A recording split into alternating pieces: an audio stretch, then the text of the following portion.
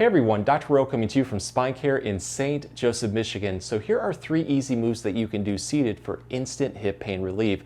The first move is going to focus on an overlooked cause of hip pain, which is tightness on the back of our legs, specifically with the hamstring muscle group. Especially if you sit for too long, these babies get tight. So let's start with very good upright posture. Just have your back as straight as possible, knees bent roughly at 90 degrees.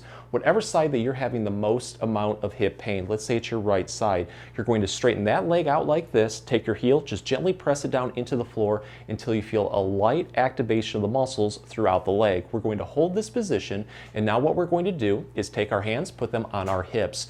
Imagine your tailbone. What you want to do is press it down and scoop it backward, almost kind of like pressing it down into the seat of the chair.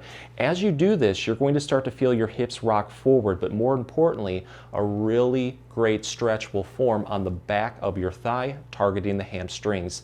Build into this one as much as you can.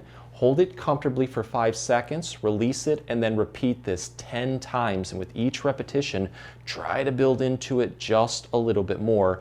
Afterwards, see how you feel. If it feels pretty good, you can move on to the second movement. If it feels like it needs a couple more repetitions, just keep throwing them in until everything is nice and loose or you're not getting any more improvement.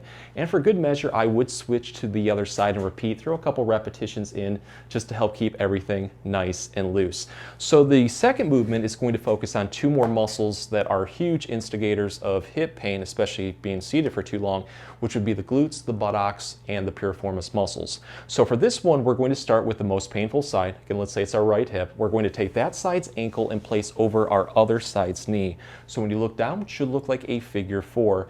This move is a fluid movement in 2 directions. The first movement, we're going to take our hands, cup around our knee, and now pull this bent knee across our body towards our other side shoulder. So I'm taking my right knee towards my left shoulder. As you do this, you're going to feel a great stretch form on the outside of your thigh that works towards your hip. Really focus on feeling it on the outside of your hip. That's going to target the glutes and the piriformis muscles. Hold this one comfortably for about 15 to 20 seconds. And now what you're going to do is slowly take this bent knee and press it downward towards the floor. But don't use your hands. Instead, use your leg and hip strength only. This time around, you're going to feel a deep engagement of the glutes around the hip. I like to hold this for 5 seconds, and then I release it, and then just build back into that movement, stretching it towards the other side, and then pressing it down. Do this whole cycle for about 5 times, but again, you can throw in as many repetitions as you like.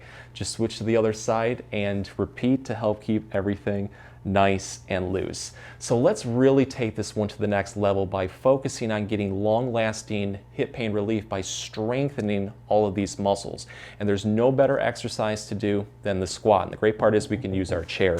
But if your chair does have wheels or it's pretty flimsy, I wouldn't use it. Instead, use a desk, a table, a wall, something like that, something that's sturdy enough that will support your body weight. So let me break down the squat pretty quickly before we do it.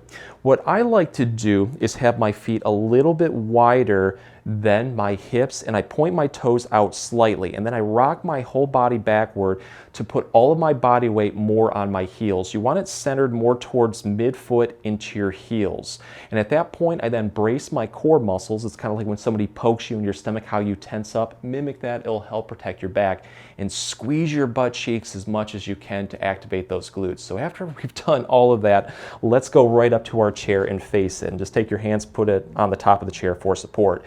Movement from here is very straightforward. You're just going to keep your back as straight as possible, bend your knees, and then squat your butt down and away from the chair. The further that you go down, the more intense this will be, but focus on really feeling it into the legs and your butt. Hold this for a second or 2, and then just like an explosive force, you want to drive up like this, pushing through your heels, driving through your legs, pushing your body weight upward. It's just going to target those muscles. Take a breather, and then repeat this 10 to 15 times. And with each repetition, challenge yourself to go down just a little bit more to target those muscles. Afterwards, see how you feel. If it feels like you have a little bit more energy, challenge yourself by throwing in another set or 2.